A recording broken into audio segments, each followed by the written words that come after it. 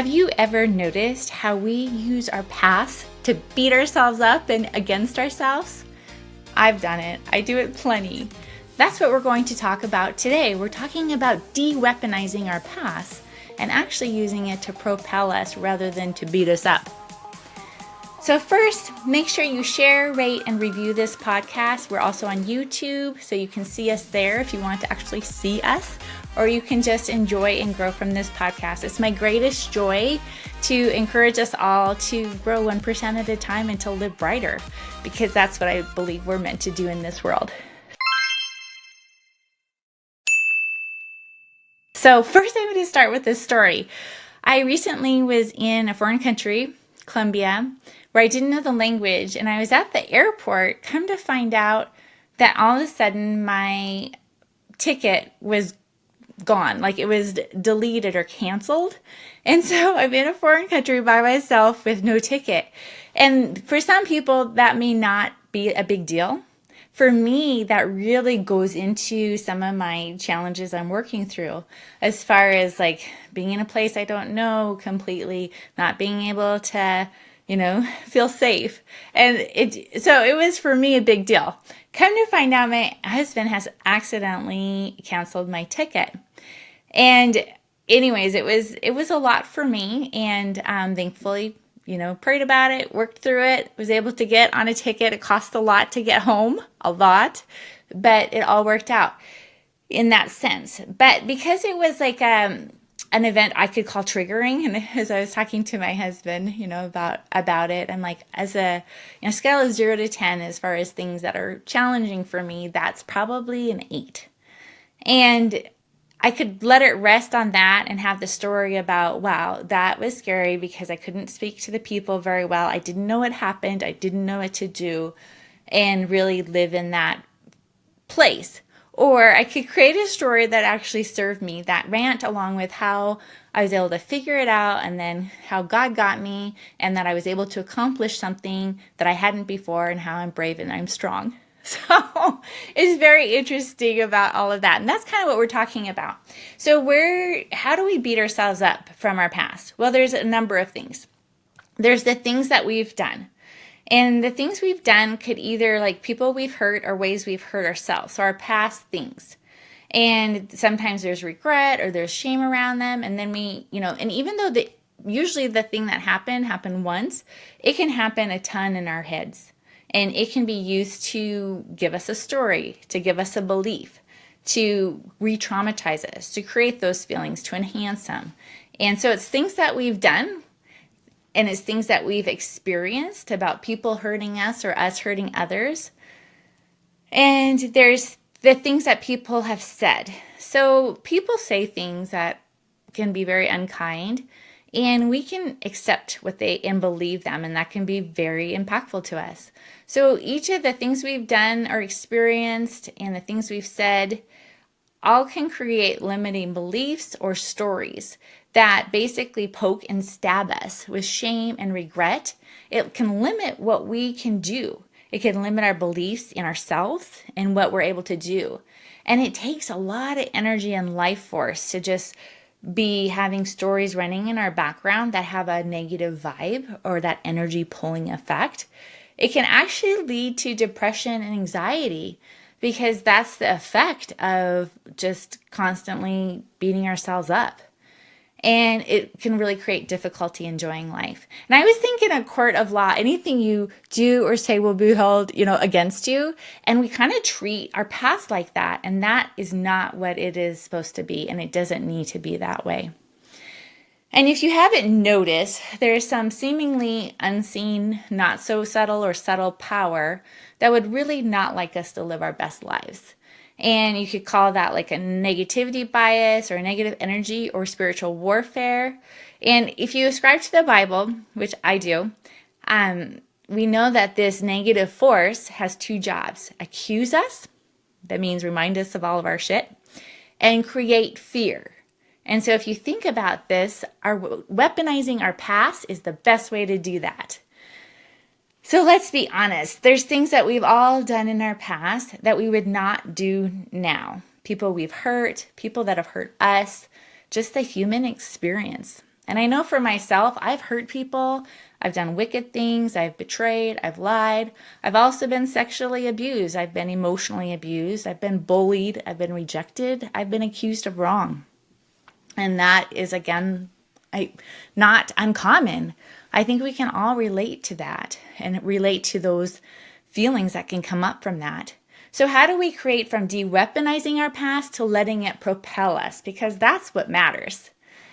First of all, and this is a biggie, is accept reality. The interesting thing is the past has already happened. Like, we cannot go back. We can't change it. There's no what ifs. It's already done. And so when we're not accepting that and we're in like the what if mode, we're basically arguing with reality, and reality wins 100% of the time.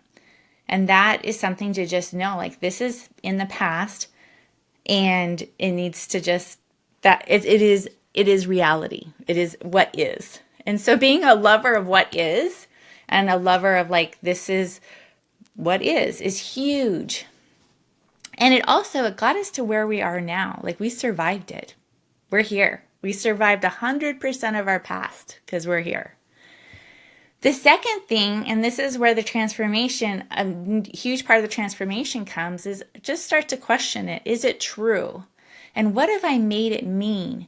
Because it's very interesting, what happened to us can mean lots of different things. And we just assume that our story is the truth, but it's really the story of it, which may be, true for us at the moment, but it's actually not the factual part. And so what it can mean is how it impacts us, what we've made it mean.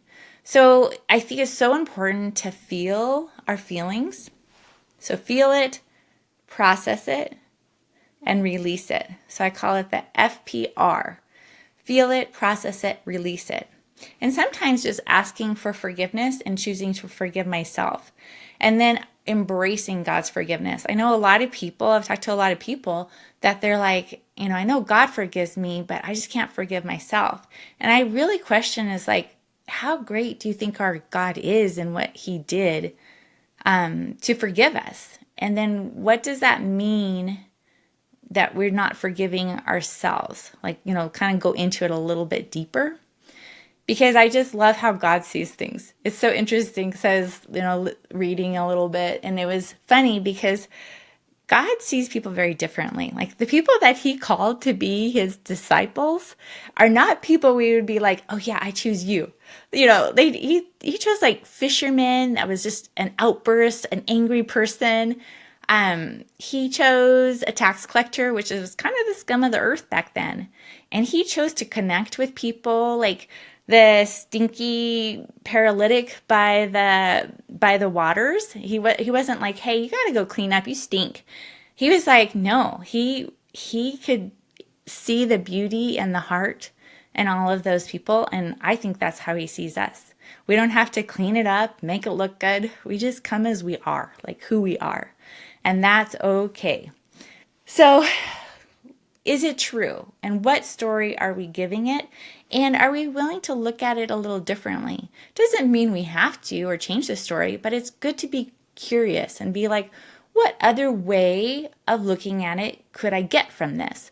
What could I do with this that would actually serve me or propel me? If I actually believe that all of this could work for good and it actually is useful, how could that experience be useful? How could I use that? So those are some super good questions. Our emotional cups can get full without us really even being aware of it. But when our emotional cups get full, we can react rather than respond. We can be fatigued. We can feel burdened. We have struggle with sleep. We can have physical symptoms. And that's why I have the free Barf Notebook page for you. And it's a simple process done regularly where you're barfing out your thoughts, sorting them out, and planning them out. And it's a wealth of healing in that. So go ahead and check the link and have access to that free Barf Notebook process. Live brighter every day. And that brings us to number 3. Let our past and our pain and all of that stuff become our fertilizer. That means rewriting our stories, questioning our beliefs about ourselves. Are they just truisms? Do they serve us?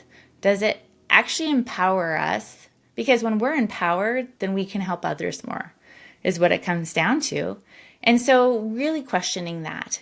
For example, to feel it, process it, release it, and then changing the story. A good example is my divorce of my husband. Boy, at first that was just a knife against me. I thought like I had a big D on my chest of the divorce and, choosing to do that, especially coming from a Christian background where nobody in my family would consider something like that.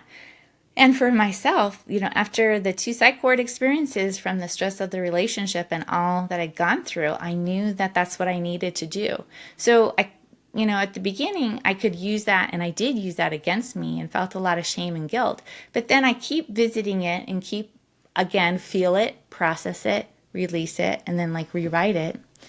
And keep doing that. And it went from a story of whoa, there's something wrong in me, which, there is a lot of growth opportunity that came from that, to, the shame and the guilt, to, wow, that was actually really brave to go against your whole family and do what you knew in your heart and your spirit you needed to do. And that was also really brave, where everyone was saying to me, oh my goodness, you are rejecting God and, all of that, to really say, no, I am going to cling to God because he's all that I have, and I'm going to do this divorce. And it was really brave because I cut everybody out, which was actually super smart, and would only let them in if they were willing to actually listen.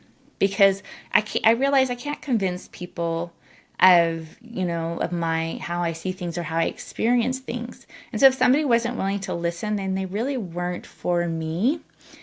And so, that story has transformed from, a lot of pain to, and then also, with my mental illness, diagnosis that I had through that, to something that's really propelled me.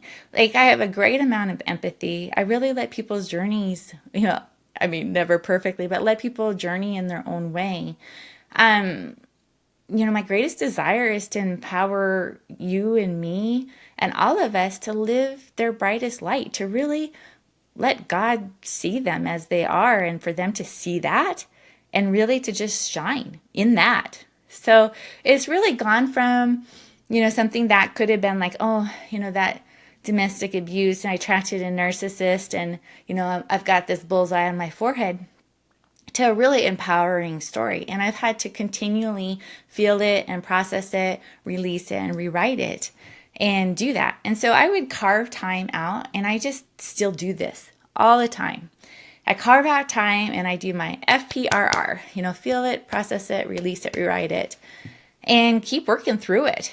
So then I can, go from there and use, because I really do believe that all of our paths can be our purpose and can be our power and all of that.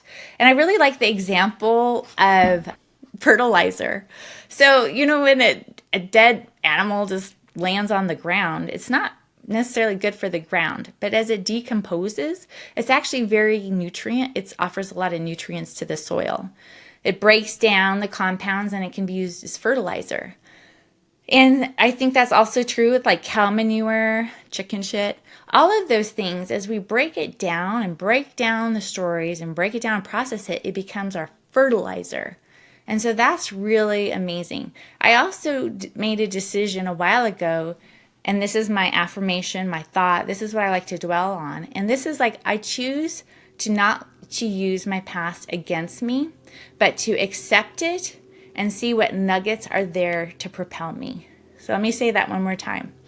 I choose to not use my past against me, but to accept it and to see what nuggets are in there to propel me. And so you can make your own affirmation or thought and dwell on that. So that can be really powerful. Again, the BARF notebook, you can go to my Unravel notebook on Amazon, but we have a piece of it that is available on my website, which is livebrighter.info. And you can go to it and get the BARF notebook page. And that's, again, you barf it out, sort it out, plan it out, which is another way to feel it, process it, and release it and rewrite it. So that can be super helpful. I think some other things that are helpful are I like to dwell on some Bible verses. So these are some really good ones. So forget the former things. Do not dwell on the past. See, I am doing a new thing. Now it's going to spring up. Do you not perceive it? I'm making a way in the wilderness and streams in the wasteland. Woohoo! Forgetting what is behind and straining towards what is ahead, I press on towards the goal. Another one is, therefore, as anyone in Christ, we are a new creation. The old is gone, the new is here. Another one is, so far has he removed our transgressions from us. And one last one is, all you who are weary and burdened, I will give you rest. Take my yoke upon you and learn from me, for I am gentle and humble in heart. You will find rest for your souls. So you can see that in the link below, some different where you can look these up for yourself, but just listen to that, embrace it, and work through that. So that is what we have today. Let's change from de-weaponizing our past to letting it propel us. One story at a time, one thought at a time. I believe in you. I believe you're made to live brighter and brighter in your own color, in your own way. And I hope together we can get there 1% at a time. Make it a great day. Stay tuned for our next episode.